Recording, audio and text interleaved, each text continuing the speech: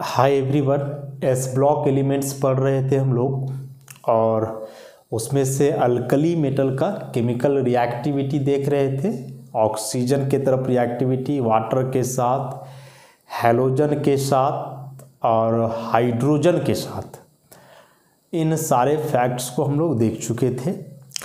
आज हम लोग एक और इम्पॉर्टेंट फैक्ट इसमें पढ़ेंगे। अल्कली मेटल्स अमोनिया में काफ़ी सॉल्युबल है, लिक्विड अमोनिया में। तो solutions in liquid ammonia, solutions in liquid ammonia, liquid ammonia में वे काफ़ी ज़्यादा सॉल्युबल होंगे। तो कोई भी अल्कली मेटल है, अल्कली मेटल, तो इसको बोल रहा है कि जब लिक्विड अमोनिया में डिजॉल्व करोगे तो ये बहुत ज़्यादा सॉल्युबल होते हैं, हाईली सॉल्युबल। और सॉल्युबिलिटी जो है 5 मोलर तक होता है। 5 मोलर मतलब 5 मोल पर लीटर, मतलब 1 लीटर अमोनिया में 5 मोल अल्कली मेटल डिजॉल्व कर जाएगा।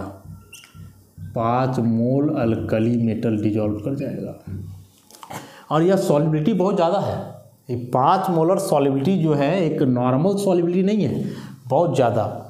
तो आखिर ये अल्कली मेटल्स क्यों लिक्विड अमोनिया में इतना ज़्यादा डिजॉल्व करते हैं, या डिजॉल्व कर रहे हैं तो डिजॉल्व करके ये क्या बनाएंगे, ये भी देखना है। तो बोल रहा है कि जब अल्कली मेटल को लिक्विड अमोनिया में डिजॉल्व करते हैं तो जो इसका सॉल्यूशन बनता है ऑब्वियसली डाइल्यूट सॉल्यूशन होगा। और यह डाइल्यूट सॉल्यूशन ब्लू कलर का होता है। क्यों कलर आता है, क्या नेचर है, इसको हम लोग समझते हैं। तो बोल रहा है कि होता क्या है कि जो अल्कली मेटल है एम, अल्कली मेटल, मान लो अल्कली मेटल है, हम लोग जानते हैं कि अल्कली मेटल का जो आयोनाइजेशन एनर्जी है वह कम होता है, लो आयोनाइजेशन एनर्जी। और आयोनाइजेशन एनर्जी कम है तो ये आसानी से अपना एक वैलेंस इलेक्ट्रॉन लूज करके बनाएंगे कैटायन। चूँकि अल्कली मेटल का आयोनाइजेशन एनर्जी कम है इसलिए वे आसानी से अपना वैलेंस इलेक्ट्रॉन लूज करके क्या बनाते हैं, कैटायन बनाते हैं। अब यह जो अल्कली मेटल कैटायन है और जो इलेक्ट्रॉन है उसी के साथ यहाँ काम होता है। या अल्कली मेटल कैटायन और यह इलेक्ट्रॉन, इसके साथ जुड़ेगा अमोनिया। तो अमोनिया का बहुत मोल हो सकता है, मान लो कि इसका X+Y मोल लिए है। तो जब रिएक्शन होता है तो यह अमोनिया मॉलिक्यूल मेटल कैटायन से भी कंबाइन करके एक कॉम्प्लेक्स कैटायन बनाता है और साथ ही साथ इलेक्ट्रॉन से भी कंबाइन करके एक कॉम्प्लेक्स एनायन बनाता है। इसको हम लोग बोलेंगे ammoniated cation and this is ammoniated electron. समझे क्या बोले सो कि अल्कली मेटल का आयोनाइजेशन एनर्जी है कम, तो ये आसानी से इलेक्ट्रॉन लूज करके कैटायन बनाएंगे। अब अमोनिया मॉलिक्यूल तो पोलर मॉलिक्यूल है, ऐसा N पे रहता है माइनस और H पे प्लस। अभी H पर प्लस है तो इसके बगल में या E माइनस हो सकता है, और N पे माइनस है तो इसके बगल में M प्लस हो सकता है। तो इस तरह से यह अमोनिया मॉलिक्यूल कैटायन के साथ भी जुड़ सकता है और इलेक्ट्रॉन के साथ भी जुड़ सकता है, और ऐसे दोनों के साथ जुड़ेगा। कैटायन के साथ जुड़ करके अमोनिएटेड कैटायन बनाएगा। अमोनिएटेड कैटायन मैंने वैसा कैटायन जो अमोनिया से घिरा हुआ है, साथ ही साथ अमोनिएटेड इलेक्ट्रॉन भी बनेगा, मैंने वैसा इलेक्ट्रॉन जो अमोनिया मॉलिक्यूल से घिरा हुआ है। तो कैसे दोनों बनेगा समझ गए ना।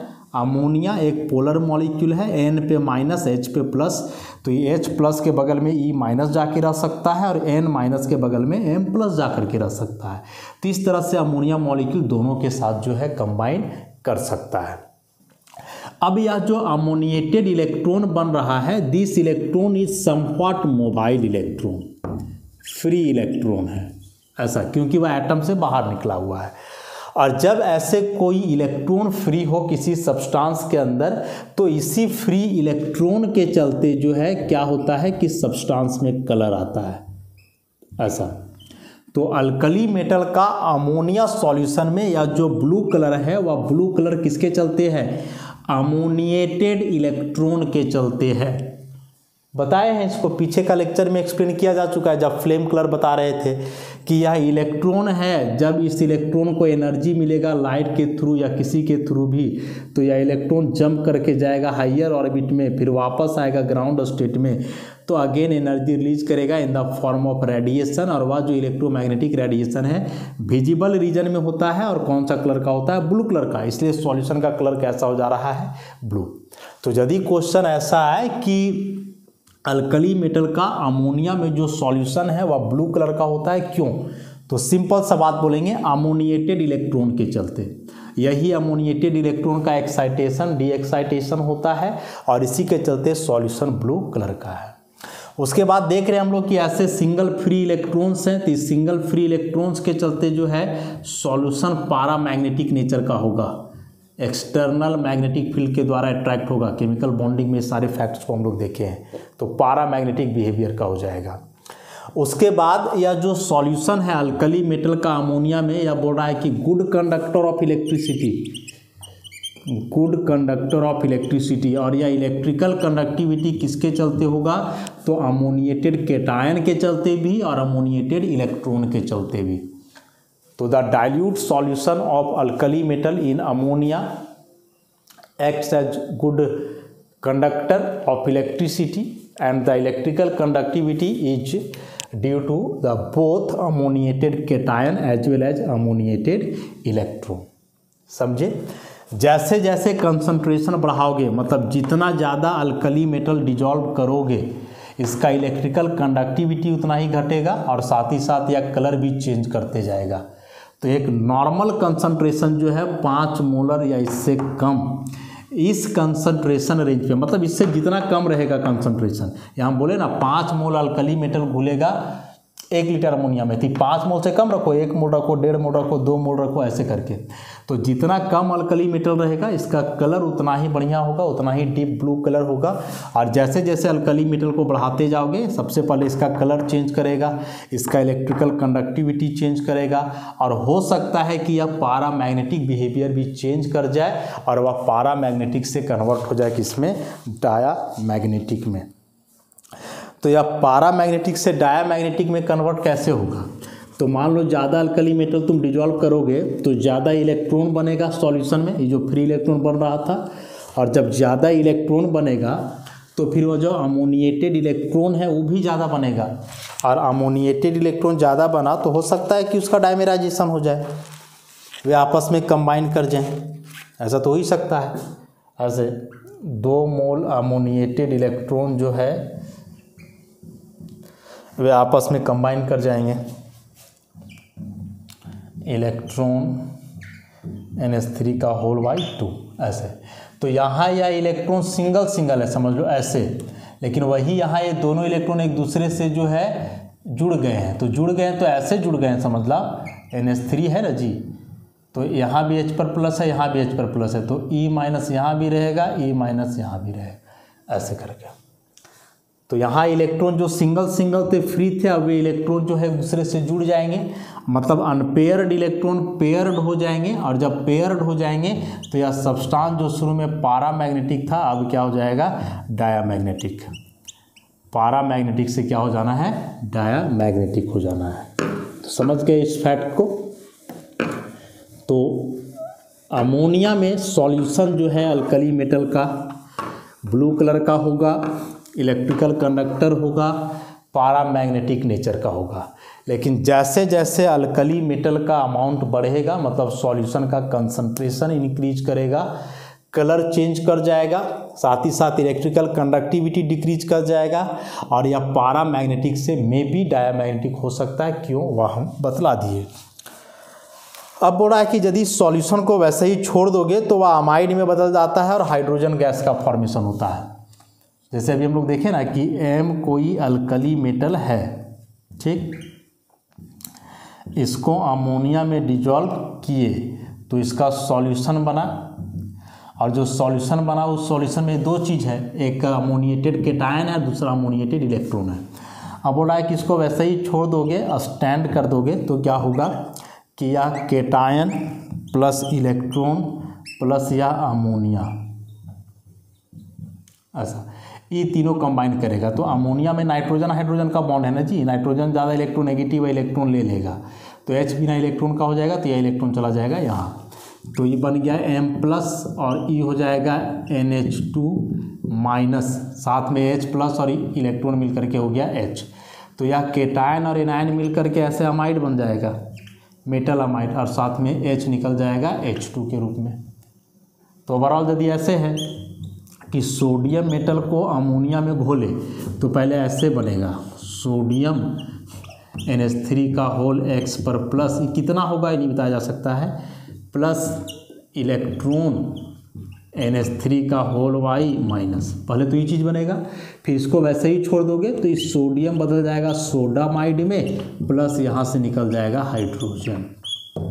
अच्छा, ये दोनों कैसे बनेगा इसको तो बता ही दिए, फिर ये अमाइड और हाइड्रोजन कैसे बना उसको भी बता दिए कि केटायन और इलेक्ट्रॉन था तो केटायन व अमाइड आयन से कंबाइन करेगा और इलेक्ट्रॉन जो है हाइड्रोजन के साथ मिल करके H+ को बदल देगा H में। तो इस तरह से जो है यहाँ से रिएक्शन हो जाना है। उसके बाद एक और इम्पॉर्टेंट फैक्ट इसमें हम लोग देखेंगे, यह एक इम्पॉर्टेंट बात था, अमोनिया में जो अल्कली मेटल का सॉल्यूशन है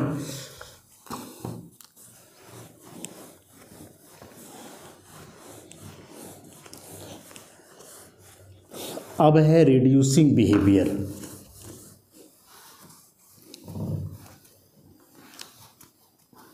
जो कि काफ़ी इम्पॉर्टेंट प्रॉपर्टी है।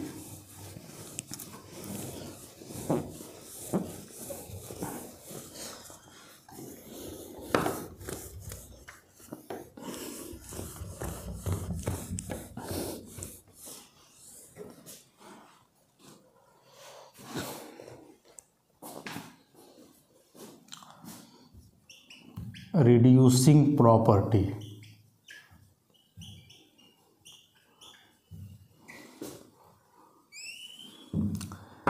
अल्कली मेटल्स काम करते हैं रिड्यूसिंग एजेंट का।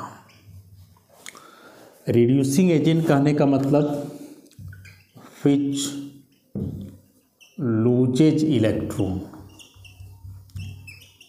ऐसा अल्कली मेटल्स रिड्यूसिंग एजेंट का काम कर रहे हैं और रिड्यूसिंग एजेंट उनको बोलते हैं जो इलेक्ट्रॉन लूज करते हैं। ठीक, अब अल्कली मेटल्स में जो हम लोग जान रहे हैं lithium, sodium, potassium, rubidium, caesium, बताए कि डाउन द ग्रुप जाने से आयोनाइजेशन एनर्जी घटता है तो इलेक्ट्रॉन लूज करने का टेंडेंसी बढ़ेगा। मतलब सीजियम सबसे जल्दी इलेक्ट्रॉन लूज करेगा और लिथियम सबसे स्लोली। अब सीजियम जब सबसे फास्टली इलेक्ट्रॉन लूज करेगा इसका मतलब this should be a strongest reducing agent and lithium should be weakest reducing agent. क्या यहाँ तक बात तो साफ है, इसमें कोई कन्फ्यूजन नहीं है।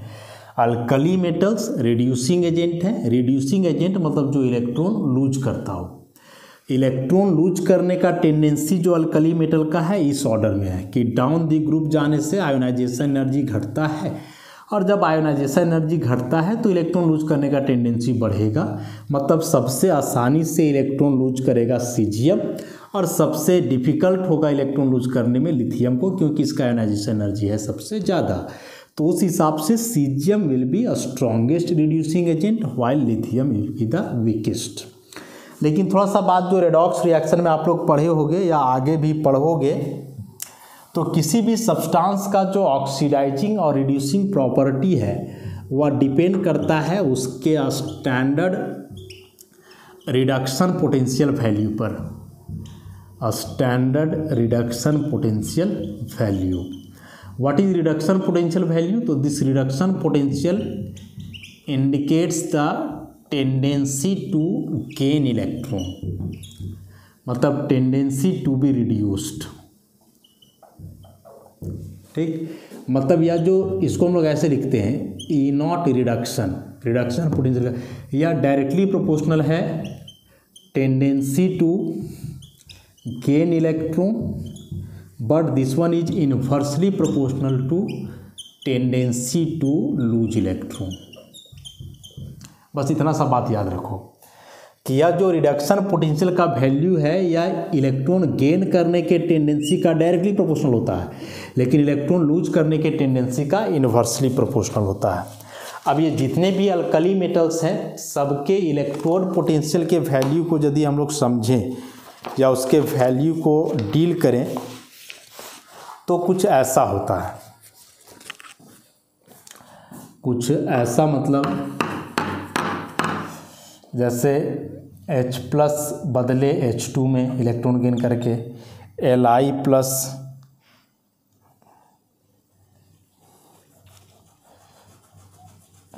या फिर पहले सोडियम प्लस बदले सोडियम में, फिर सीजियम आयन बदले सीजियम में, पोटासियम आयन बदले पोटासियम में और लिथियम आयन बदले लिथियम में। तो बदलेगा जब इलेक्ट्रॉन गेन करेगा, जैसे Na प्लस एक इलेक्ट्रॉन गेन किया तो बदला Na में, ऐसा कहने का मतलब है। अब यह जो रिडक्शन पोटेंशियल का वैल्यू है इसके लिए है 0 वोल्ट, इसके लिए होता है -2.71 वोल्ट, इसके लिए है -2.92 वोल्ट, इसके लिए है -2.93 वोल्ट और इसके लिए है -3.05 वोल्ट।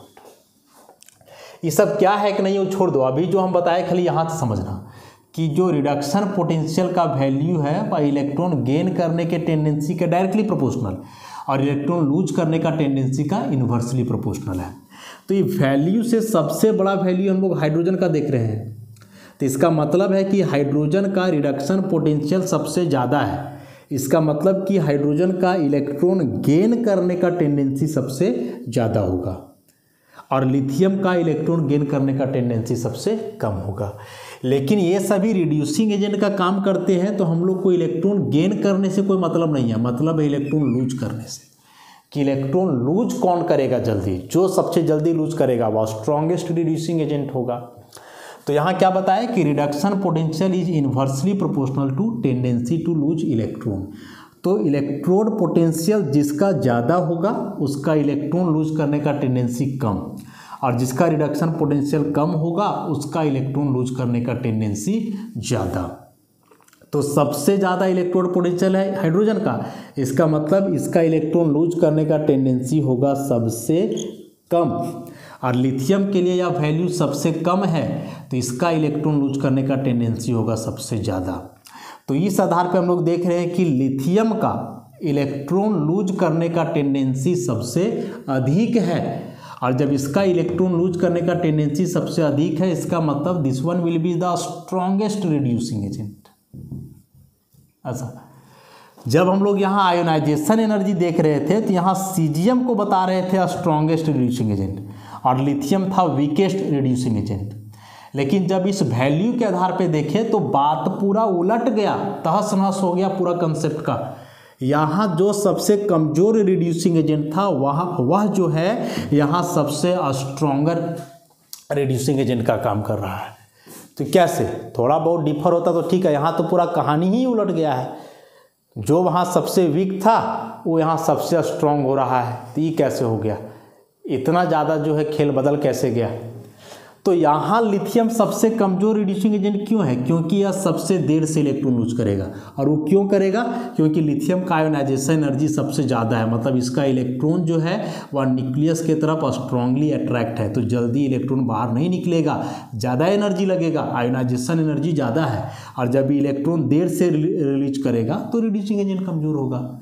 लेकिन यहाँ वाला वैल्यू तो कुछ और बता रहा है, यहाँ का वैल्यू बता रहा है कि नहीं, ये सबसे आसानी से इलेक्ट्रॉन ये करेगा और स्ट्रॉन्गर रिड्यूसिंग एजेंट होगा, सबसे मजबूत। यहाँ सबसे कमज़ोर, यहाँ सबसे मजबूत। सही कौन है, तो सही तो यही है, this one, lithium is the strongest reducing agent. अब इसको एक्सप्लेन कैसे करोगे, तो एक बात इसके लिए याद रखना है कि यह जो रिडक्शन पोटेंशियल का वैल्यू लिखा जाता है यह लिखा जाता है सॉल्यूशन फॉर्म में। मतलब वह आयन जब सॉल्यूशन फॉर्म में हो तो वहाँ उसके इलेक्ट्रॉन लूज करने का टेंडेंसी क्या होगा, क्योंकि कोई भी एटम या एलिमेंट है जो इलेक्ट्रॉन लूज या गेन करता है वह किसी दूसरे स्पीशीज के संपर्क में आने से, और दूसरे स्पीशीज से जो वह कंबाइन करता है वह जनरली सॉल्यूशन फॉर्म में करता है। तो यह इलेक्ट्रॉन लूज या गेन करने का टेंडेंसी हम लोग सॉल्यूशन फेज में पता करते हैं, इन जनरल, वैसे नॉर्मली नहीं। यहाँ जो आयोनाइजेशन एनर्जी तो नॉर्मल था कि लिथियम मेटल है, गैसियस फॉर्म में बदलेगा तो फिर उससे इलेक्ट्रॉन निकालने में कितना एनर्जी लगेगा, इस सॉल्यूशन का बात नहीं बता रहा है। लेकिन यह जो वैल्यू है वह बता रहा है कि सॉल्यूशन में इलेक्ट्रॉन लूज करने का टेंडेंसी किसका किस आधार पे होगा या कितना होगा। तो समझते हैं हम लोग कि लिथियम का वहाँ ज़्यादा कैसे हो गया।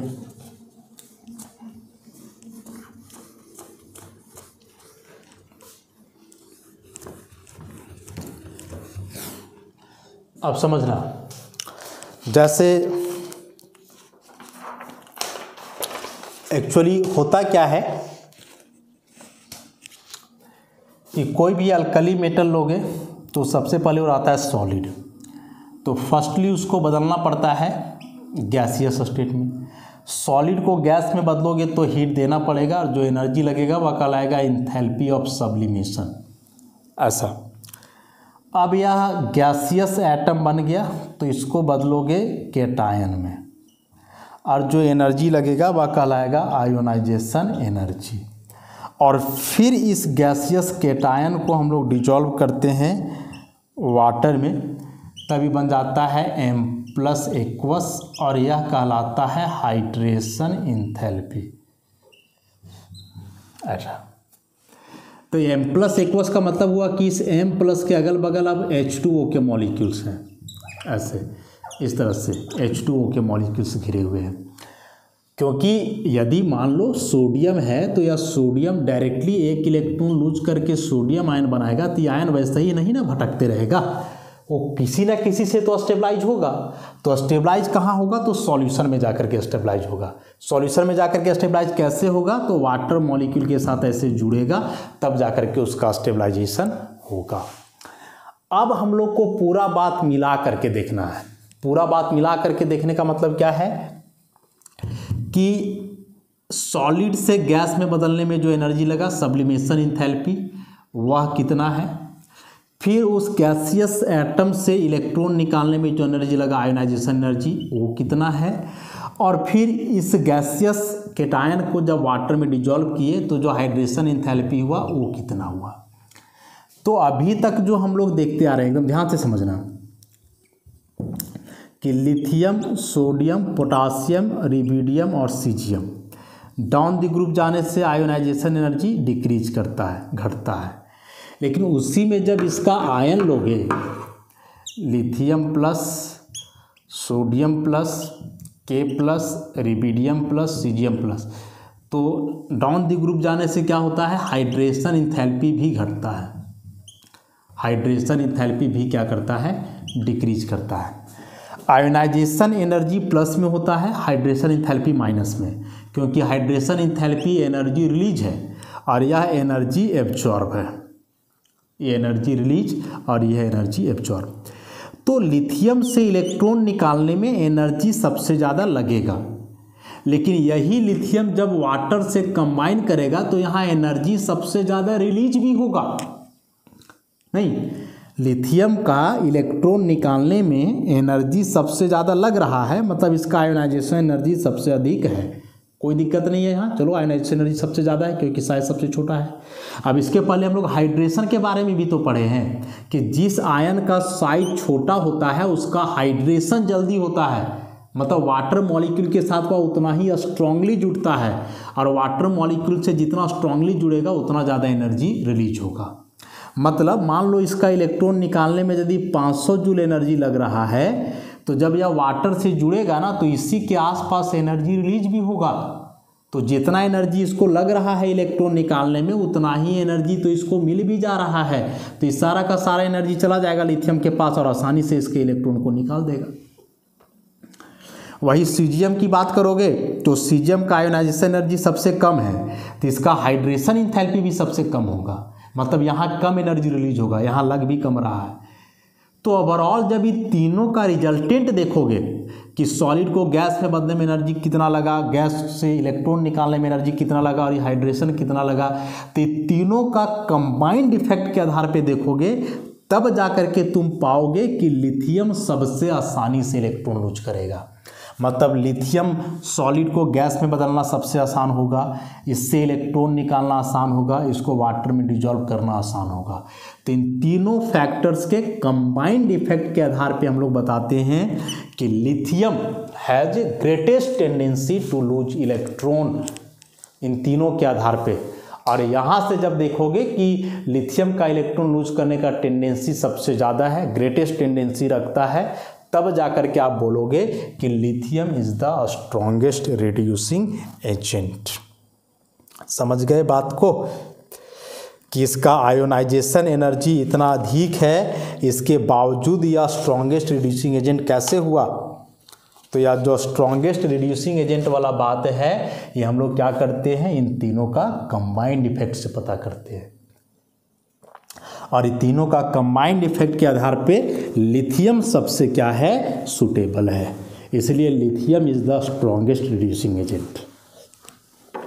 क्योंकि इलेक्ट्रॉन निकालने से नहीं होता, इलेक्ट्रॉन जो निकलेगा वह इलेक्ट्रॉन कहाँ जाएगा, और इलेक्ट्रॉन निकलने के बाद जो मेटल केटायन बनेगा वो कहाँ जाएगा, तो ऑब्वियसली वह सॉल्यूशन में जाएगा। तो सॉल्यूशन में वह केटायन कितना स्टेबलाइज हो रहा है ये भी देखना पड़ता है, इलेक्ट्रॉन रिलीज करने से नहीं ना होगा। मतलब मान के चलो ठीक है कि आप पढ़ने आए हो कहीं शहर, वहाँ जो है सो आप रूम ढूंढ रहे हो। अब आप वहाँ रूम ढूंढ रहे हो तो एक बहुत बढ़िया रूम है और दूसरा थोड़ा कम फैसिलिटी वाला रूम है। तो जो बढ़िया रूम है जाहिर सी बात है वो पसंद आएगा, जो कम फैसिलिटी वाला वो नहीं पसंद आएगा। लेकिन रूम पसंद आ गया तो वहाँ तुम रहने लगोगे ऐसा ज़रूरी नहीं है। अरे भाई फैसिलिटी ज़्यादा है तो वहाँ पैसा भी तो ज़्यादा लगेगा, रेंट भी तो ज़्यादा होगा।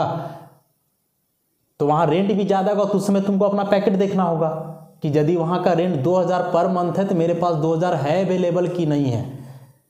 तो उस केस में तुम कंबाइंड इफेक्ट देखोगे कि रूम का फैसिलिटी भी और अपने पैकेट का पैसा भी, और दोनों का कंबाइंड इफेक्ट के आधार पर तुम तय करोगे कि कहाँ रहना है। तो हो सकता है कि उस केस में तुम वहाँ रहो जहाँ पूरा फैसिलिटी नहीं था, लेकिन तुम वहीं रहना पसंद करोगे क्योंकि कंबाइंड इफेक्ट पैसा, घर, रूम सब तुमको बता रहा है कि यहीं तुम्हारे लिए बेहतर है। तो उसी प्रकार से है कि लिथियम का आयोनाइजेशन एनर्जी ज़्यादा है तो इलेक्ट्रॉन लूज नहीं करना चाहेगा, लेकिन इसका हाइड्रेशन इंथैल्पी भी तो ज़्यादा है, तो ज़्यादा एनर्जी रिलीज होगा तो ज़्यादा एनर्जी लगेगा भी, तो ओवरऑल सेम फैक्ट हो जाना है। मतलब महंगा रूम में यदि आप रह रहे हो तभी रह रहे हो जब ज़्यादा पैसा आपको मिल भी रहा है। तो जब ज़्यादा पैसा घर से मिल रहा है तो फिर वो महंगा रूम में रहने में क्या दिक्कत है, कोई दिक्कत नहीं है। तो उसी प्रकार से यहाँ हुआ कि लिथियम का इलेक्ट्रॉन निकालने में एनर्जी ज़्यादा भले लग रहा है, लेकिन एनर्जी ज़्यादा इसको मिल भी रहा है कहाँ से, जब ये डिजॉल्व कर रहा है सॉल्यूशन में, मतलब वाटर से इंटरैक्ट कर रहा है उस जगह पे, तो ज़्यादा एनर्जी रिलीज होगा और ज़्यादा एनर्जी लग भी रहा है तो कंपनसेट कर जाता है, तो ओवरऑल कोई फर्क पड़ता नहीं है। और फिर मिला जुला करके सबसे आसानी से इलेक्ट्रॉन यही रिलीज करता है। इसलिए लिथियम जो है स्ट्रॉन्गेस्ट रिड्यूसिंग एजेंट है। एकदम ध्यान में रखोगे, काफ़ी इंपॉर्टेंट फैक्ट था।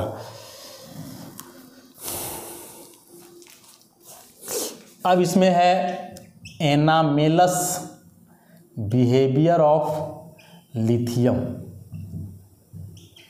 लिथियम का एनामेलस बिहेवियर, एनामेलस बिहेवियर मतलब कुछ डिफरेंट बिहेवियर, कि लिथियम अपने ग्रुप के बाकी एलिमेंट से अलग कैसे है।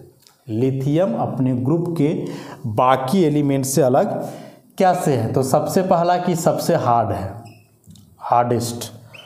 उसके बाद मैक्सिमम हाइड्रेशन हो सकता है इसका, मैक्सिमम हाइड्रेशन हो सकता है इसका। बताए थे कि लिथियम सॉल्ट के साथ ऐसे 2 मोल वाटर होता है,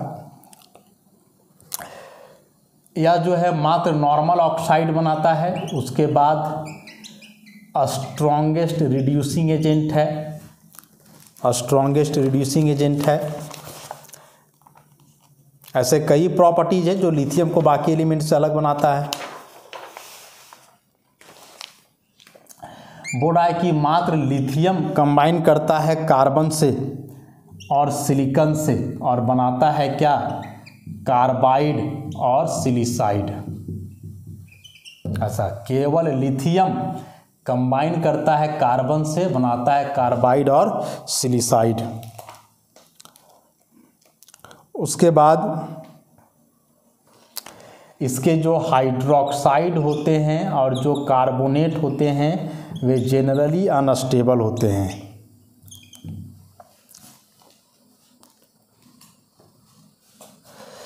उसके बाद बोल रहा है कि यदि लिथियम नाइट्रेट को आप हीट करोगे तो बनता है lithium oxide plus nitrogen dioxide plus O2। लेकिन बाकी मेटल के नाइट्रेट को हीट करोगे, जैसे सोडियम नाइट्रेट को, तो यह नाइट्राइट बनाता है, ऑक्साइड नहीं बनाता है। ऐसा लिथियम नाइट्रेट को हीट किए तो लिथियम ऑक्साइड बना, NO2 बना, O2। लेकिन इसके अलावे सोडियम नाइट्रेट, पोटासियम नाइट्रेट को हीट करोगे तो ऑक्साइड नहीं बनता है, नाइट्राइट बनता है। तो एक अंतर ये भी हो गया। और साथ ही साथ कि लिथियम सेकेंड पीरियड का एलिमेंट है, बाकी आप सोडियम पोटासियम वगैरह में जाओगे तो थर्ड और फोर्थ का है। अब सेकेंड पीरियड में 2s और 2p होता है, 2d नहीं होता है। इसमें होता है 3s 3p 3d भी होता है, इसमें 4s 4p 4d 4f भी होता है। मतलब लिथियम के वैलेंस सेल में d ऑर्बिटल नहीं है, बाकी एलिमेंट के वैलेंस सेल में d ऑर्बिटल है।